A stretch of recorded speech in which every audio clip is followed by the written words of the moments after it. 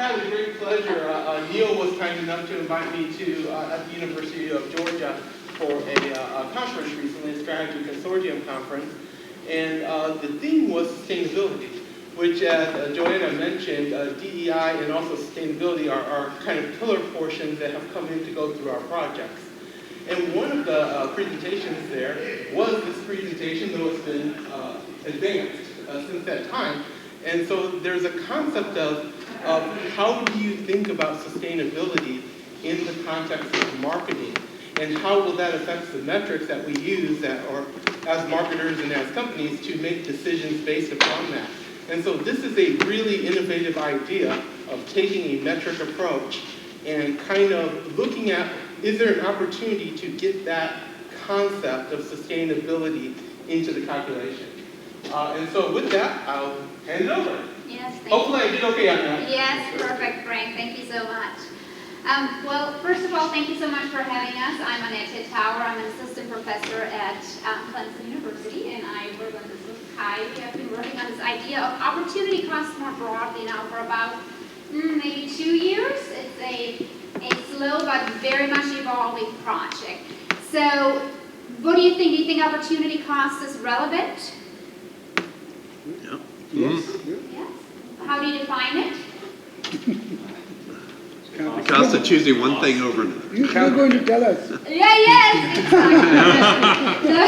So this is what this project really is all about. What we want to talk about today is kind of twofold. First off, we want to introduce this project that we title Opportunity Cost in Marketing. We want to discuss why we think it matters, and at the same time pose the question to you all, does it matter? We want to show how we think it can aid decision making and ask you candidate decision making. And actually, I would like to pull up Ed's first presentation, because I thought his last slide of those trends of what happens if we cut the marketing budget, I thought to myself, this is our opportunity cost slide. So this is really where this discussion of opportunity cost stems from. So what we're hoping with this first project is to more systematically introduce this opportunity cost thinking within a marketing frame. And then secondly, I'm also very interested in the sustainability space for a number of reasons. But as we discussed opportunity and kind of looked at different contexts and applications, we were really drawn to the sustainability space because we feel that with sustainability becoming more and more of an important topic and relevant topic, that strategies and decisions will change at a highest level. And again, we pose to you, we want your input. Will they, and in how far will they change? And if they do change, again, how can we potentially systematically think about capturing those changes, forecasting those changes, and so forth? And we believe that opportunity cost will give us a framework to guide those discussions. You probably have heard you can only manage what you can measure. So how do we measure marketing's impact, not only on, for example, ESG issues, but also how do we measure the impact of those issues on marketing? So this is really a two-way discussion. So let me talk briefly about where we are with this project. And again, we are certainly seeking your input. Tell us if you think we're wrong. Tell us if you think we're right. Tell us where you think we should go with this discussion. But when we talk about a strategy, we often, of course, decide what to do, and this is what a strategy then is. But I think we also need to focus on what we're not doing. And especially, again, as we think about sustainability, I want you to keep that in the back of your mind. So the decision maker has a vision. He or she wants to pursue a problem or offer a solution. What we're proposing is that what we are not doing is an opportunity cost, and we should think about it. Furthermore, as we then organize accordingly to implement the goals and meet the objectives, the strategy, what we're not doing represents the opportunity cost. What we have done is we have gone to the academic literature, because that's what we do as academics, right? We expand the boundary of knowledge, and we have to do so by understanding where the boundary of knowledge currently is. What we have found by looking across the different disciplines, business disciplines, that different disciplines think about opportunity cost very differently. If I talk to a CFO, and we did in one of our sessions, we had somebody from finance there, and he said, what do you mean you don't know how to measure opportunity cost in marketing? Of course. If you look at a net present value of option A versus the net present value of option B, what is there not to know? And we were like, well, sometimes it's not that clear what a net present value is. Sometimes we simply don't know the exact cost and benefits. We just talked about a trade-offs about long-term and short-term, right? So if we're not investing in our brand today, there are long-term consequences that we're often not capturing today. So again, we think by introducing an opportunity cost framework into our thinking, we then capture long-term implications. Is there significance to the way you're defining it as something you're not doing as opposed to something you are doing? I think the significance comes from by using an opportunity cost way of thinking, that we're then starting the focus of what we're not doing. Okay. So we're hoping here to change the framework of thinking by saying, let's go beyond what we're deciding to do and think about the implications of not doing something else. Okay. I guess Does that so the way we see it in the analytics, right, is you had a choice, right? You went this way for whatever reasons, it could be anything, right? This was a bust. You incurred opportunity costs in this case, right, because you lost what you invested in, and you lost also what you could have invested in. The American idiom would be you're now a two-time loser, right? And that is opportunity cost. This is different from that? But what you're presuming is that you're looking after you have pursued a path, right? And you have the counterfactual. So with analytics, you're saying, I have pursued a path. I know this is my payoff, my benefit, and so forth. I could also have pursued this path, and somehow I Right. know the outcome of the secondary path. Well, you could forecast both, right, and make choices and see where one of them goes off the rails. So this is where we believe there is a difference at what level we're talking about opportunity cost. Okay. So if we look at the last point Well, that's fine. here. That's great. I'm just trying to get straight. No, absolutely. This is where we believe that when we talk about opportunity costs, we potentially are redefining it depending on the context. At what level of the organization are we talking? Are we talking about a tactical level where we can certainly measure opportunity cost, right? We can do A/B testing and we have counterfactuals. But when we're talking about strategic decision making, we cannot implement a strategy and have truly counterfactual of what would have been if we would have done things differently, Okay. right? Yeah. Yes, please.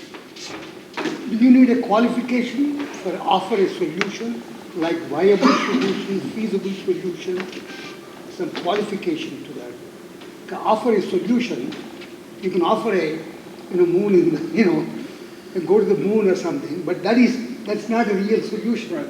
You want to say it's a feasible solution or viable solution to the firm under the conditions that are there. Sure. Otherwise, Right. the definition gets It's how to constrain the Problematic. space of counterfactuals, Yes. which I assume you'll explain how you do it. Yes, exactly. And so maybe I should just take it to our next slide because I believe this is where our thinking becomes apparent.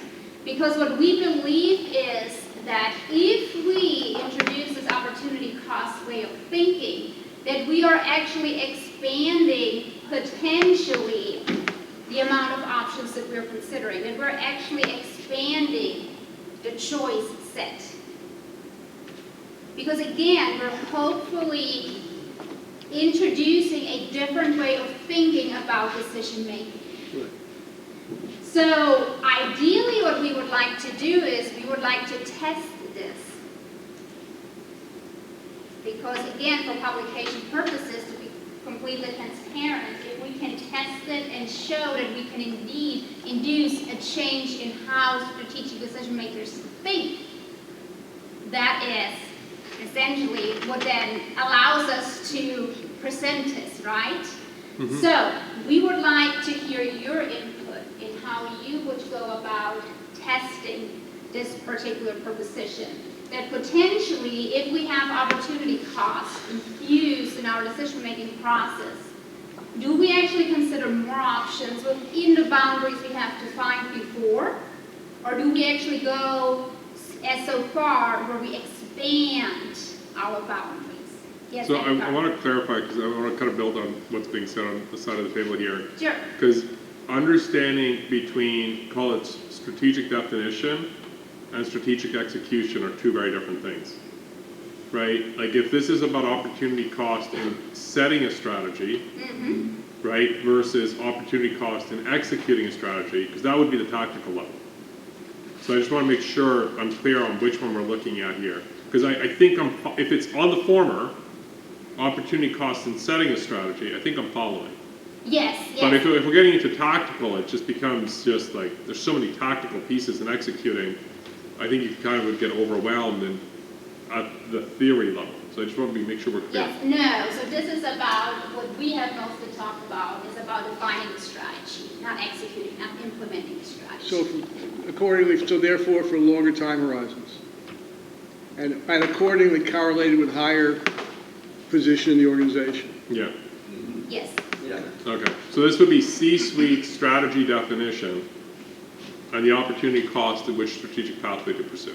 yeah, So it could be as simple as we're going to remain a U.S.-based company and only sell domestically, or strategically, you know, we would like to expand into Europe. Well, Yes. that's an objective. The strategy would be, will we do it with marketing or will we do it with channel partners? That would be the opportunity cost trade-off. exactly, yeah, Okay. yeah. And the other issue with options is one often makes an investment in an option in the face of uncertainty. I don't necessarily, you know, I'm not committed to it, right? I'm doing it to cope with the strategic uncertainty. So it wouldn't, you know, you should keep going. Yeah, but no, so this is where we would like your feedback. Do you think there is a space to test such implications, that if we infuse this opportunity cost way of thinking at a strategy level? So it is testable.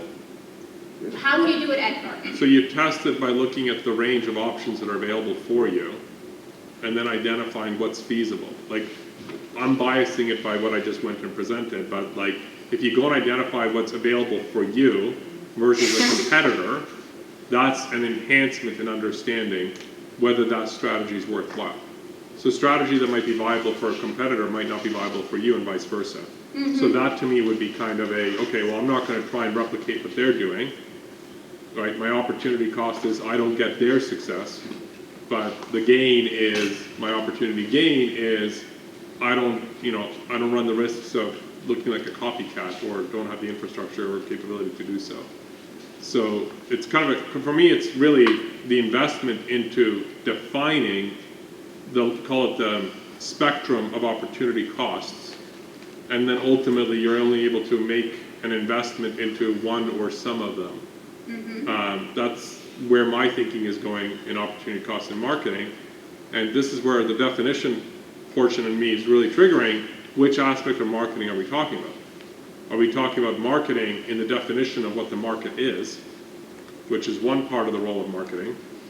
Is it in the method and manner in which we market against our strategy, which is another aspect of marketing? So I can keep going. But I won't. So would you think this is more beneficial if we're benchmarking against our own, I guess almost the framework that you represented against what we are capable of doing and potentially not? You're opening up a great Pandora's box, which I'm all for here, which is blue ocean strategy versus viable strategy. Blue ocean is this is possible in the marketplace. Viable strategy is can my company take advantage of it? Sure. Right? So that's where that would be one example. I'm not a fan of consulting sourced, this opportunity exists in the market. I look at it as, well, if it exists, why hasn't anybody been able to take advantage of it? If it's so big and you know, so ready. That's kind of my take at it. So going back to this is, are we trying to, is it the market or the marketing portion of marketing up there? I think both. Like, when you look at boardroom decisions, the ones that I Yeah. enjoy, right? You would say like, most of them are framed in the status quo. Yeah. And when you think they call themselves strategic, you would say like, what kind of things are you actually deciding upon, right?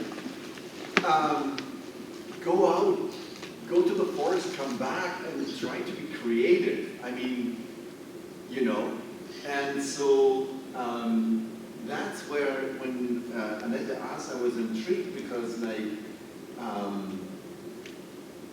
I said, I think you said it like you're kind of the bomb thrower sometimes. Yes. Yeah, me too. Because like, then I say like, just imagine you would leave this and you would look at alternatives to what you could do, right? So everybody who expands the current customer segment then overstretches it instead of launching a new brand for a new segment because it's actually too much. But this, let's say, this idea that we launch a new brand doesn't even come to their mind because it's the way of thinking that they use. And so, so this complacency to some extent, to shake it up, is it something that we can say, if you think about different opportunities? So opportunity cost is something, if you're not doing it, what else could you do? And this is actually where the creativity then comes, oh, if I would do that, I have like 2 billion, what else could I do? I could do this, I could do that, right? But they never think of it because like it's so framed, there's one proposal on a decision in the boardroom, they discuss it, they vote, but it's not like A versus B versus C versus D. Can I build on what you know just what I mean? No, yeah, totally. I mean, and I think that the other part to it is we're now exploring the limits of the human brain, the unaided human brain, to deal with more than about 3 or 4 variables on anything. And if any of them are substantially time lagged, the whole thing just shreds, right? And so you get the kind of decision-making process we're talking about, right? Which is actually incredibly human. I mean, if you want to say that it reflects human weakness, I don't think you'd be too far off the mark on that, right? And it's why probably every single person in this room has done something like that in their life, right? Constantly. So yeah, I mean, I always have to remind myself that I can, it's okay, for me to be a bomb thrower, right? But to do it constructively and with the appropriate amount of forbearance and mercy, right? Because I'm looking at it analytically, and most of them aren't. And that's the big gap. If I can build on what you just said, Mark, by looking at it analytically, you're looking at multiple scenarios given the same set of base circumstances, but different ingredients. Right? And I think from what you both kind of addressed now, I think it's clicking for me. So 2 very quick things, and I'm going to hand off to Joanna because I think she'll be able to explain the example that I have much better because she gave it to me. So one, NVIDIA, if you're familiar with that chip company, the CEO just publicly came out in the past week or 2 that they essentially did like the insane bet on re-engineering their entire company in 2018 on their assumption that AI was going to be it, but that the existing technology wouldn't be it. So they completely pivoted their R&D. But they didn't tell anybody about it. Right? They were very good at kind of hiding from the market and giving signals away. But that is something that I would say you're talking about because it's both the market and the marketing of it, because they identified that they would actually have to become a different company with the same name and same brand in the marketplace. Published in Business Week, right? Yeah, that was the one, yeah. The second thing that this kind of reminds me of is where for our client, in my example that I went and showed, well, look, you have this opportunity you can pursue, but it will cost you more than $0 to pursue it. So you can either keep pursuing at $0 or minus $1, or whatever the CFO ultimately might want to cut this by, or you can spend more and gain more, right? So that would be an example. But the one that really kind of clicked for me was what Joanna shared with me on the brand integration work that you did a number of years ago. Because you showed the trade-off if they kept the brands, multiple brands operating in the holdco versus rolling them up. And I thought that, to me, is what you mean about the opportunity cost. I can choose to serve the market under a cleaner brand identity, or I can do it based on the status quo. And it was that word that did it for me. I don't know if, Joanna, you want to provide some context to others in the room. Well, It was the insurance company roll-up. oh, is that one? Okay.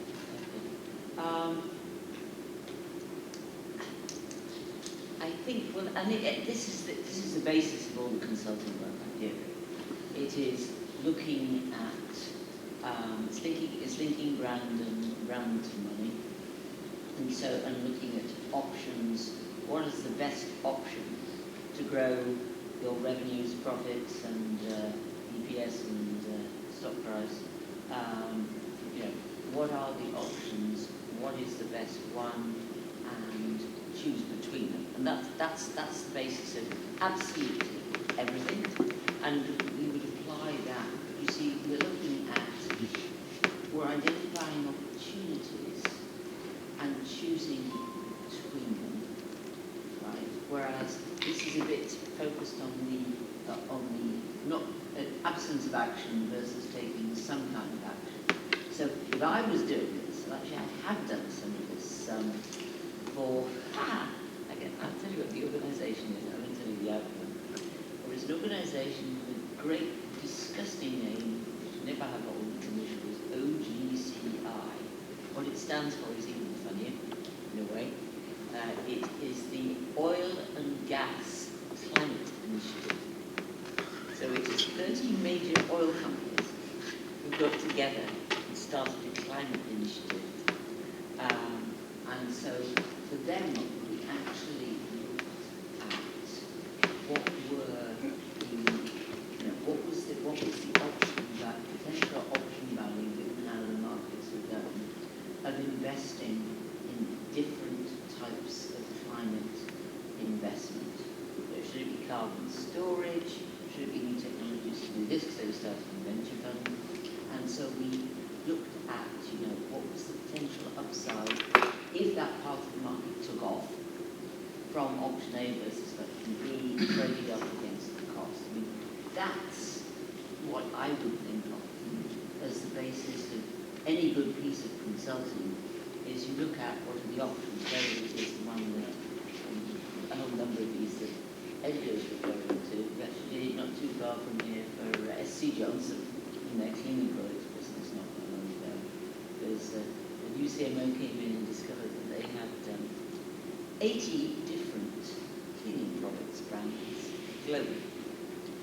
And so we were able to map out the upside and downside without increasing investment actually, of really focusing the investment to different types of cleaning and to different brands being the lead brand. We went to raise them and that because the efficiency was so great.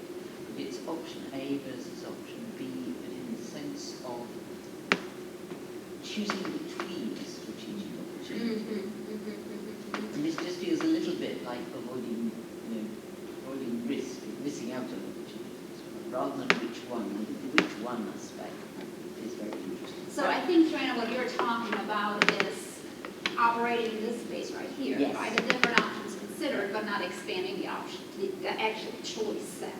And I think with the interest of time there. Can I add one comment? Yeah. before we I move on? was talking from just a quick clarification from my mind. Sure. My question is, would the fear of losing out an opportunity increase the willingness to take risks on options that should not be considered? So our option J through J that you're introducing, likely to be more risky with the decision maker not knowing the level of risk and jumping into them because of the fear of the cost of the opportunity lost. Yes. So, getting back to the insurance industry, that's how they see brand. Because, they're risk averse, obviously, they're all about managing risk. It is about, you have to invest in your brand because you have to assess the risk to your business as if something goes wrong with the brand. Yeah, exactly. And I think that's a Different that's a way of dynamic looking at it. question. It's the It's a same totally concept. dynamic question. Yeah. That's why I love it too. Can you tell us There is a more? book by Russ Akoff called On Purposeful Systems. I don't know whether you have seen it. He argues that people can be classified in two dimensions. One is people who believe in data or who don't. That's one dimension. The other dimension is internalizer, externalizer. Now, if you put these two together, there will be 4 personality types. And then comes in the way, depending on the CEO or manager in question, falls into this, the options will be realizable, at least will be identifiable. So you may like to look at that literature very carefully, because it's just easy to say there are options, but you have to provide the basis for it. But if the people are involved, that is, the other thing is, in any company, it's not just one person. It's, as you are talking about a board, therefore there are multiple people. Therefore, each person has the same kind of personality types, and they come together. And in this book, he actually talks about how people can coexist, how they come to a decision. In fact, he can even, he went into discussing more about individuals, why their marriages will sustain or not, why they get divorced. All these issues come into play. Therefore, think about the personality. Therefore, the question is on purposeful systems. If you look at the book, you get a lot of material which can support your arguments. And then feasibility comes into play. We are talking about it. Sure, And sure. the question is, if you are an externalizer, you would say, I can borrow money and invest. If you are internalizer, you say, my funds are only 5 billion, I can't go more than that. You see, that is what affects your options. Yes, thank you for that. Yeah. If I might, I have, Right, yeah. I like to just give a very clear case study that I actually lived. So I was, prior to MASB, I was in advertising testing, copy testing, strategy testing, so on. In the 1990s, the standard process for advertising testing was to do at least three ads. All right, so you do, so I'll keep it to ad, I won't go into strategy and selling proposition testing. Ad A, ad B, ad C. Any choice that was made was going to be executed in an identical manner. It was just going to go to market, right? Very clear-cut choice. Ad A, ad B, ad C. For decades, going back to the 1970s, that was the way that marketing people thought. They worked with their agencies, and they said, give us 3 choices. And the agencies would usually give them, well, this is similar to what you're currently doing. Your second choice was, this is expanding the bounds of the brand. And the third was something radically different, right? So they would produce these 3 pieces of copy, and then you would test them. And remarkably, some of the radical stuff would actually either fail horribly, or it would be a home run, right? And the other 2 options tend to be more about the midpoint. So this went on for a long time, and then in the late 1990s, early 2000s, someone came up with the idea of, instead of testing options, which you get from opportunity cost, you have 3 options, and you're seeing how much is your best choice versus the next one, and so on. They came up with this idea of hurdle thinking. And the hurdle thinking was, instead of comparing options, you're going to have a set hurdle, and you're only going to have the agency produce 1 piece of copy. You're going to submit it for testing. If it passed this hurdle, which we set for your brand, you go with that copy. And that's going to save you so much on the non-working budget, right? So it seems wonderful. Okay, so the agency produced 1 piece of copy. They would go forward. If it passed the hurdle, it passed, right? What happened is, over the next 5 years, is the average quality, advertising effectiveness of advertising on air plummeted from the companies who implemented that. They went from a choice thinking to this hurdle thinking without looking at option, and guess what happened to all those home run possibilities? They never even got considered. They weren't even in the structure.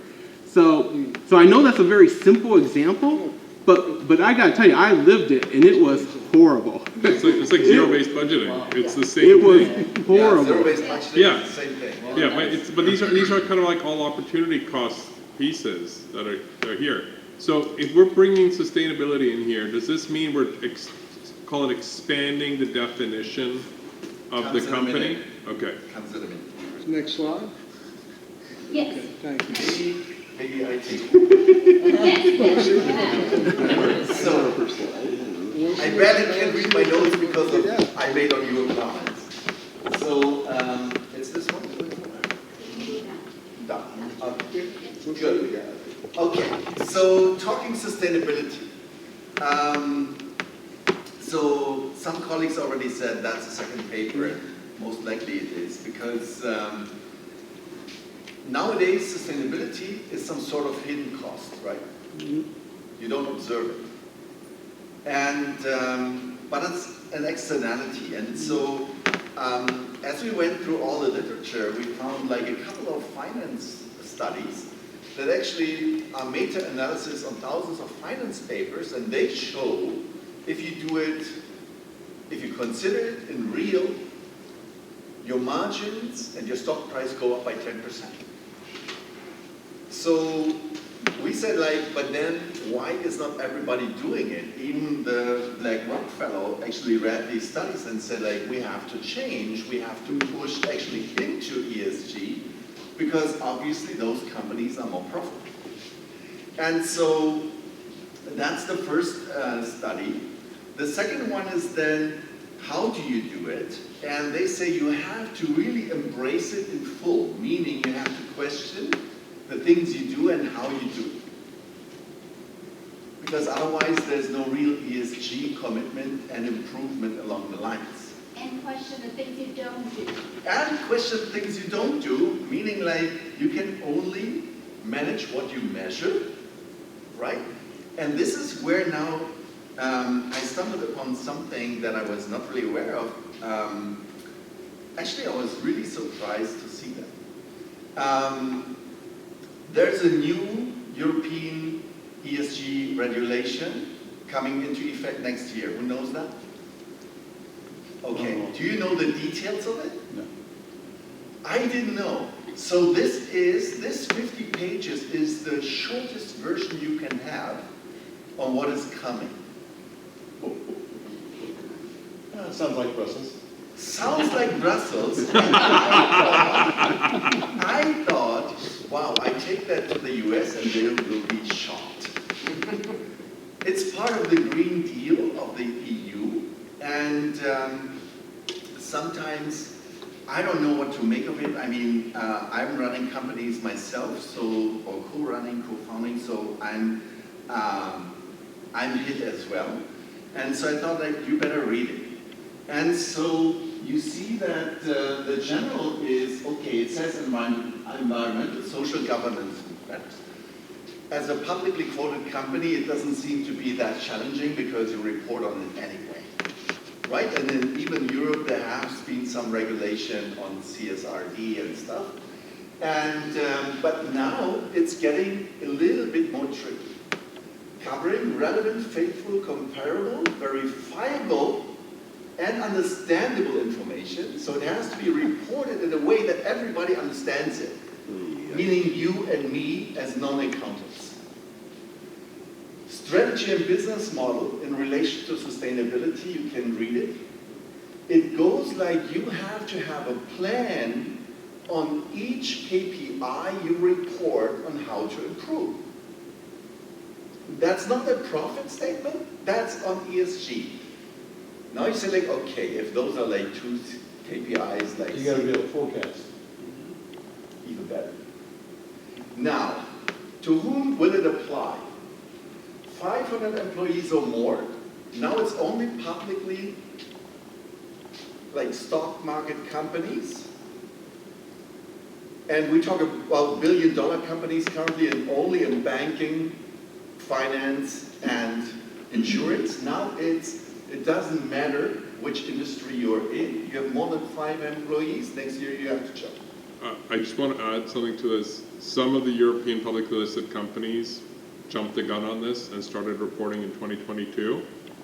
It added 30 to 70 pages to their annual reports. Actually it doubles it Or it almost. was a separate report unto But, itself. no, like it's its own, Yeah, some published a separate. Wait, Yeah, wait, yeah. but at the time, the reporting was not clear. Now, they actually have templates by industry, and I just want to give you the glimpse of it. And then, opportunity cost may be something of a totally different beast, because now you have profits versus E versus S versus G. No, I get it. Now, look, in 2026, every company with more than 350,000 euros or dollars in assets and more than $750,000 in sales needs to produce that 30-page report. Does it apply to Accountants are US? having a boom. Does it apply to US multinationals? Everybody doing business. Yes. You have a subsidiary you're in. I think your colleagues don't know. Now, So what this US is the Congress list. wants This is- is the list. General principles doesn't sound that much. You have to report on climate change, pollution, water, marine resources, biodiversity, ecosystems, resource, own workforce, workers in the value chain, down to the least subsidiary that supplies you. Yeah. You have child labor in there, you're on the hook. So 30 to 70 pages sounds like the executive summary. Yes. No, because that's in the annual report, Jim, that's in the annual report. What's that? That's in the annual I highlighted report. some stuff just to give you some, so sit back, I'd like to enjoy point your out- coffee, and maybe some of you need a more stronger thing than coffee. I'm going to read some of this just to give you an idea. I'd like to just point out that there's so much consulting money Oh, yeah. Oh, yeah. that we could change this from MASB The- to ESB or whatever it is, you know. Yeah. ESPS. You know, Deloitte, Accenture, they have new departments just for this. Can you imagine? Yeah, their estimate, what was the estimate? It was like 8.6 billion euros in ESG consulting by 2035. I think it's more, but let me give you some stuff that board members will love. Okay, let's start with one. You have to report and measure human rights policy commitments. I should have Significant risk of child labor or forced labor in the whole value chain. Excessive CEO pay ratio, you have to report. Your least paid and your CEO, or your highest paid, you have to and then you have to argue why that is value. Like, you have to prove that this is actually value. And then unadjusted and adjusted gender pay gap and what you do about it. And this is I just picked one or two from each domain. All these And- actually have really significant marketing implications. That's Yeah. really what I'm asking, right? How will it impact marketing and what can marketing do to potentially So- impact the discussion? Corporate culture and business conduct policies is one section. Management of relationships with suppliers, prevention and detection of corruption and bribery, and not only you, but the ones involved with you. And then climate change is, the least you report is on 7 major greenhouse gases. You have to report what's going into your product and where and how you actually reduce it to 0. It's also into what you're using for energy, if you are, Yeah, and energy Yeah. is a whole separate section. I love being in the Renewables, software business for this reason. no, they have to do the same thing. They have to Yeah. they have to source the composition of the electricity for Here, data centers. here. So we have to ask Yeah, I know, AWS but I'm not what in the they're. data, I'm not in the hardware. Oh, yeah, oh, but it applies, every industry will get a different template and a minimum required number of KPIs, and the minimum currently that I found is 84 KPIs across all this that is minimum to be reported and managed. And it's biodiversity, so how your factories affect biodiversity and ecosystems, and what you're going to do about it. Marine life, marine pollution, your microplastics, where they end up, how you stop this.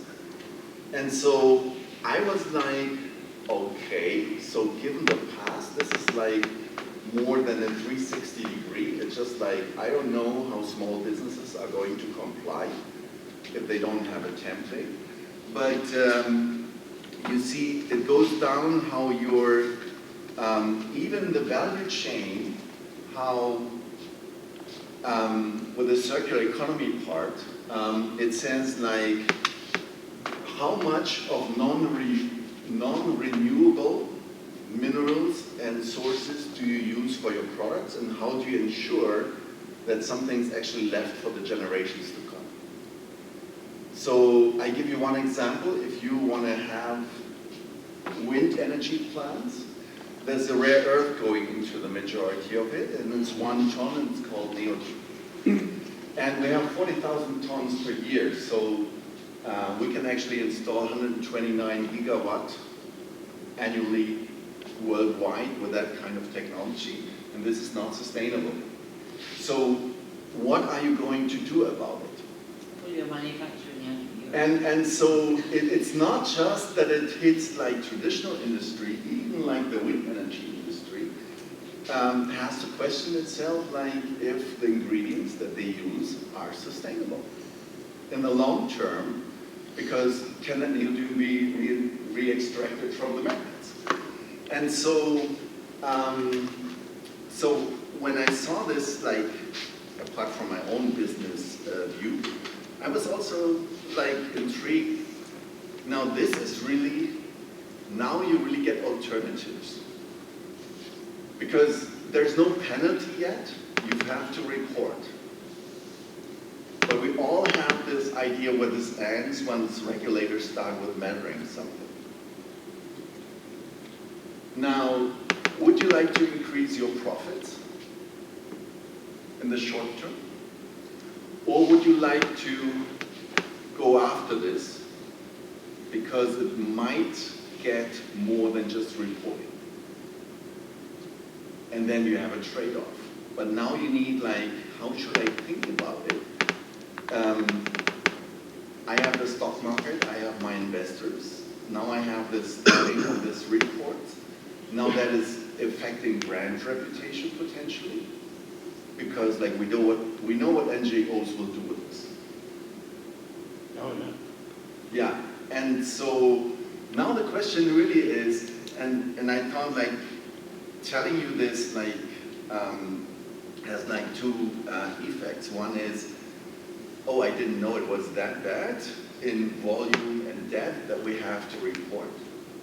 And I like it because like we need to change something. If we want change, we need to measure something.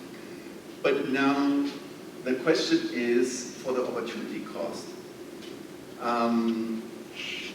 Now you may have really trade-offs, and you may really need techniques to expand your choice set that you think of. And now you have 84 KPIs. Which ones to choose? Particularly when you're talking about capital flows. Yes. Yeah. I'm just imagining about when you sit there, you have your preparation for your annual statement. Now you have this new chunk of KPIs that you have to produce. What are you going to do? That's a, you know what? I didn't see that one coming at all when you started. Yeah. So really excellent blindsiding of your audience. You two set this one up great. Like, So this opportunity cost idea, the idea itself, stemmed from me reading about the discussion we had on numerous occasions today, this idea of short versus long, right? I read about too much investment by IDAS into digital selling at the expense of the brand, and I thought to myself, wow, it just sounds like opportunity cost. What do we know about opportunity costs? That's where it came from, and this is where we're at right now. So as you can see, this has been a process, but we still believe that there's a lot of value that we can hopefully add to some discussions by expanding and building out this framework. Well, I have to say this too.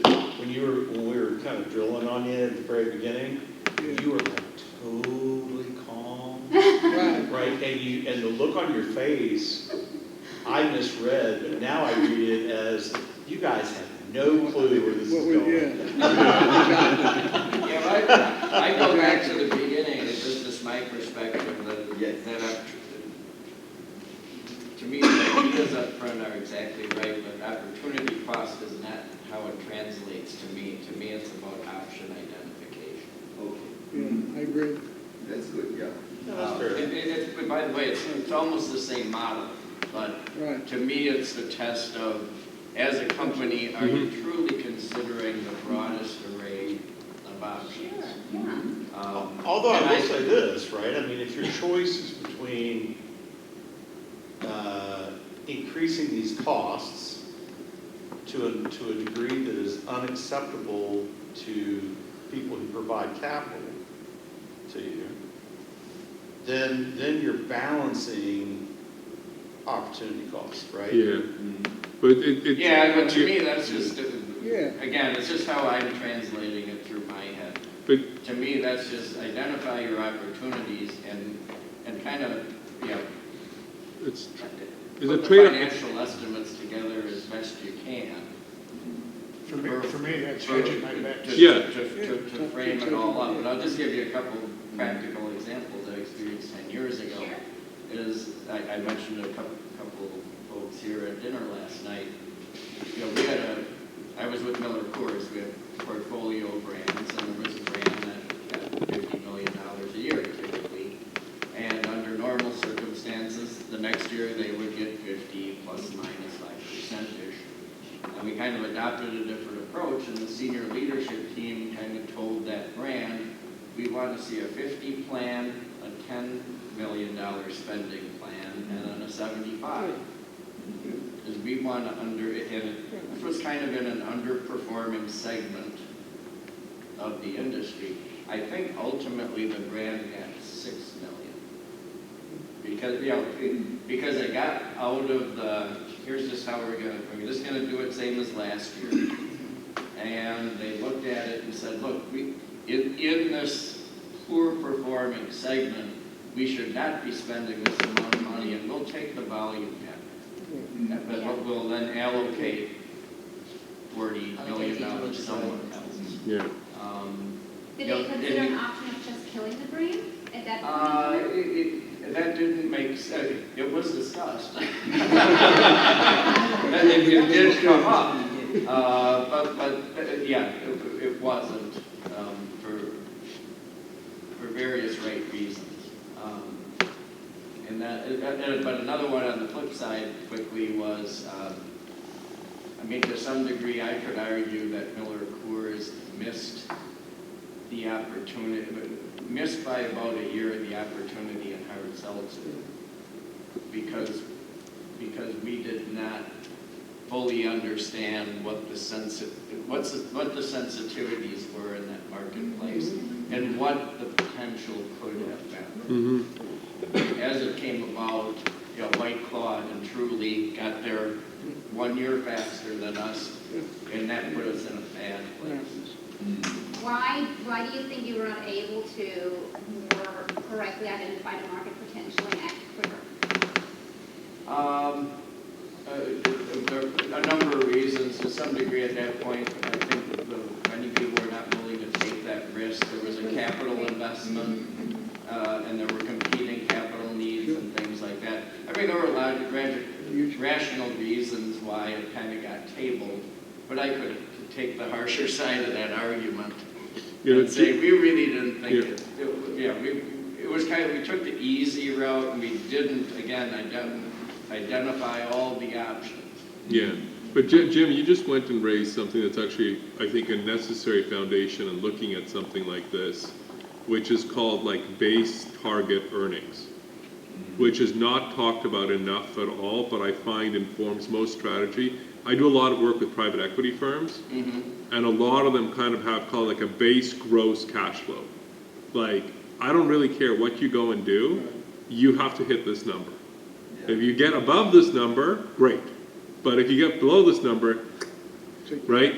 So, and I think that's kind of what you went and ran into. Call it consciously or unconsciously, you have to reach some performance on EPS. Yeah, it really wasn't. No? Okay. Yeah. But it reminds me of that. But I can It see how reminds me of that that. could enter into Yeah. the equation, for sure. Yeah, and I think that's kind of what's going on here, is like, ultimately you have to put, there is a financial value on this. Yeah. Inherent, at the beginning, it's gonna be viewed as a cost, at some point it's gonna come out as a gain. This reminds me of two things. I don't know how much you followed the ESG self-implemented standards that emerged in the US, but initially everybody was poo-pooing it. Then they hit a critical mass of companies who implemented it, because the ones that started implementing it were like, wait, we're making money implementing what we thought was a cost. Then everybody started doing it, and then they went into industry specialization. And then it reminds me from when I was at Procter & Gamble, where, this is over 20 years ago now, but Lafferty strongly endorsed going into called like greener packaging and stuff like that. And what I thought was very neat about how Procter & Gamble approached it is, they had a, and I use ruthless in a positive way here, like a ruthlessly robust method in understanding their entire cost chain. But to outside suppliers, they just viewed it as a component of the cost chain. They took their methodology, went to their suppliers and said, this is how we do component pricing of what we sell. Can you do the component pricing for what you sell to us? And they discovered that they were going to save money, in fact, make more money per SKU, switching to greener packaging with vendors that implemented that process. And it was like an absolute shock. Like, I was at Procter & Gamble at the time. They did an all-staff globally to kind of teach that. And this is only based on financials, right? So we're not even talking about any So of the it was not benefits done we're as a measuring, financial reason. right? It wasn't done as a financial reason. It was done as kind of like, call it a 20 years ago version of sustainability, but it became a financially positive.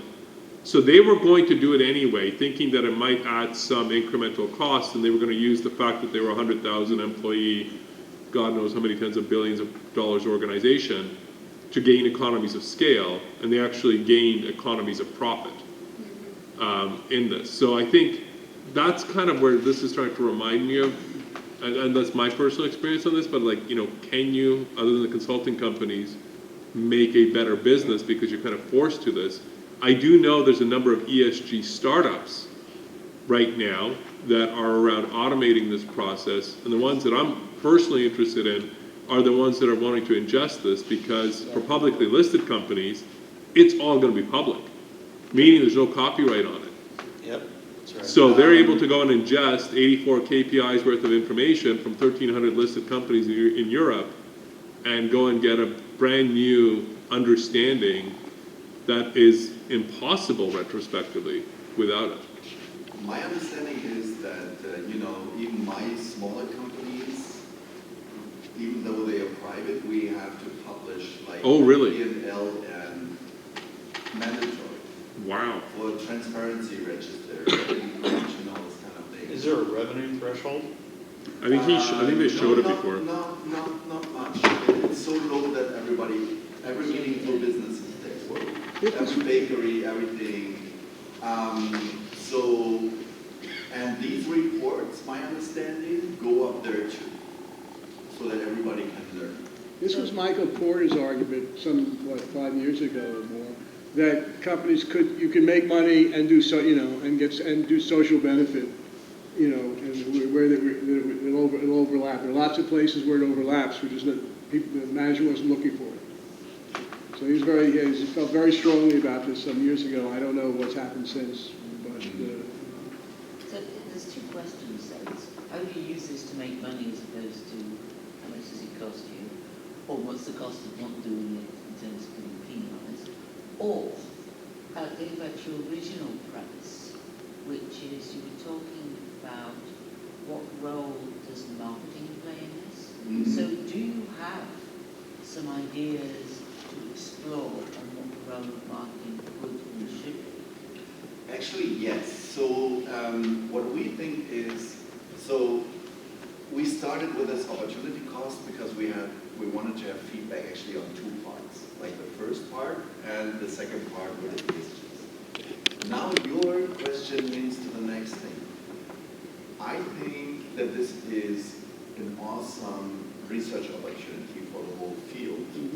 And so we were planning to think of like a pre-workshop at the Winter AMA conference so that we actually teach doctoral students and form like together with some practitioners that start working, like the Deloitte or whatever kind of practitioners, that we have like a one-day workshop on this where we say like, hey, this is coming up, this is how they measure, this is what they measure, here are the templates, this is what we do in marketing, whether you be in retailing and branding and pricing and advertising, and then you can have creative workshops of what to do with it. So you get half a day of information with a prep, and then the second part of it is just like creative exercise, a little bit of what we try to do here, because we want to inform you so that you can think about it, right? So and get your feedback today and maybe over the next months, whenever you say, hey, I have a great thought about it, we collect it.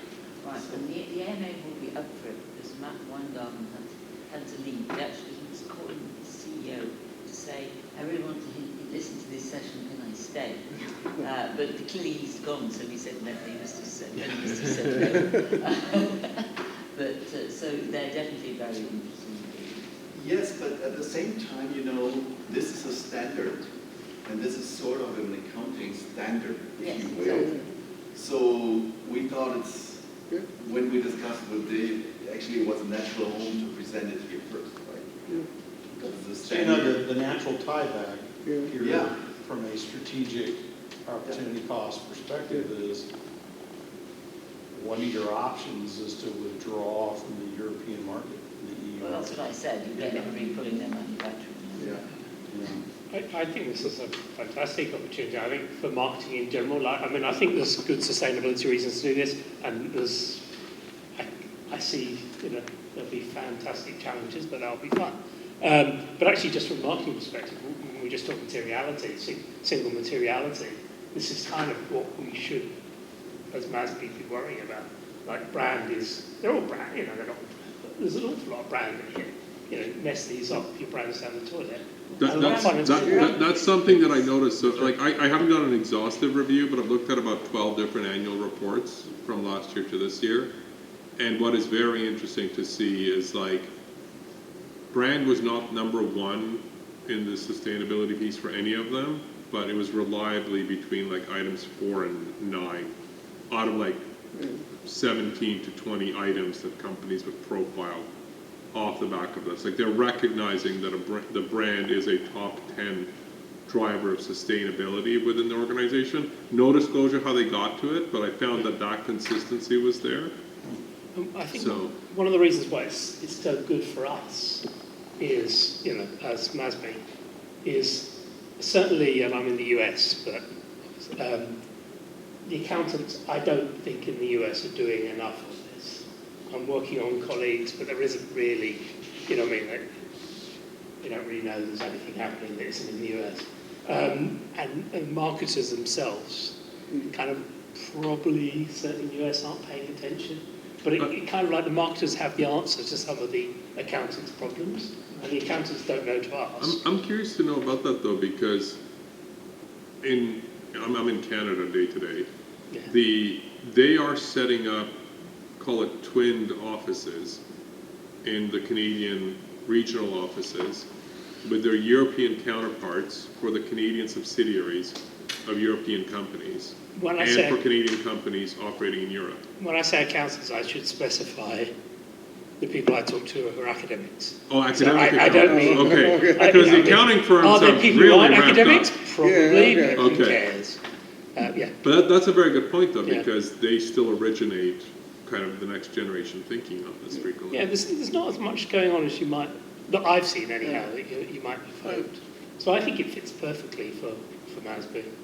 Well, there's two different things. One is measuring the metrics, which clearly fits perfectly with Yeah. aspect. Yeah. And the second is how, if you're a company confronted with this, how do you weigh the options of doing this, which is really about business strategy, not its option theory, it's not really not. Yeah.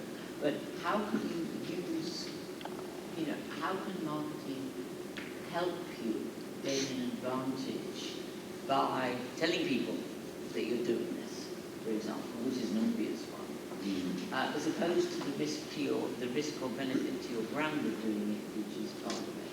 But how can actually marketing the fact of doing it help? I'm not sure, but that was what was puzzling me. Yeah. So if you're measuring customer value, all you need to sort of postulate is some sort of impact on retention rate, and you're good to go. If you're looking at... Well, I think that's the answer, particularly if you look at Gen Z and Gen A, right, who are going to be, they're going to put higher value on conforming to this. Yeah. So it's really about future value creation, but it's estimating how big that's going to be, given that it's been recently. Companies' interest in this goes up and down depending on the economic cycle. And they were all over it, and they're now many of them are pulling back and talking less green, partly because they're worried about greenwashing, being accused of greenwashing if they don't really talk too much, like Larry Fink, for example. We've all into that one now. And part of it is because it's something they back out of. In times of tough, you cut on marketing, you also cut on being green. There's different challenges. I'm in the South, and clearly in the South, there's, things going on. Not necessarily in Georgia, but certainly in other parts of the South. But, I think we kind of have a better perspective in some ways, because we can start talking about brand value, we can start talking about how this impacts the things we're doing already, and kind of make it a bit more substantial than good, bad. It's a bit more kind of nuanced, a bit clever. It's how can talking about this help you grow your business for the future rather than just protect your interests? How do you? And think beyond growing only the business, right? I do understand we're all in business. In the end, financial numbers matter, but I think we just really also need to change the dialogue to look at other impacts beyond financial impacts. And again, marketing, I think, has an impact on those discussions, and marketing will be impacted by those discussions. And I think we can be hopefully ahead of the curve. Maybe we can also think about what will be the impact on creating the society, the value of the society from what you do. So I did consulting work some years ago in the UK for the Carbon Trust, and looking at proving the value of what they do. And that was all about the value to people's lives and the economy. It was both. So it was the ROO and the ROI, if you like. And I think anything like that has to look at both societal value and we actually tried to quantify the financial value of reducing carbon from a societal point of view and benefit to the whole of society, which I think is what Well, I think this has been an extraordinarily valuable discussion. I'm sorry. I think we'll have to carry it on at dinner time. So, no, we have a thing about not interrupting discussions within MASB. That's what we're here for, are these dialogues. So I think this is an extraordinarily valuable one, and a good use of time. So thank you so much.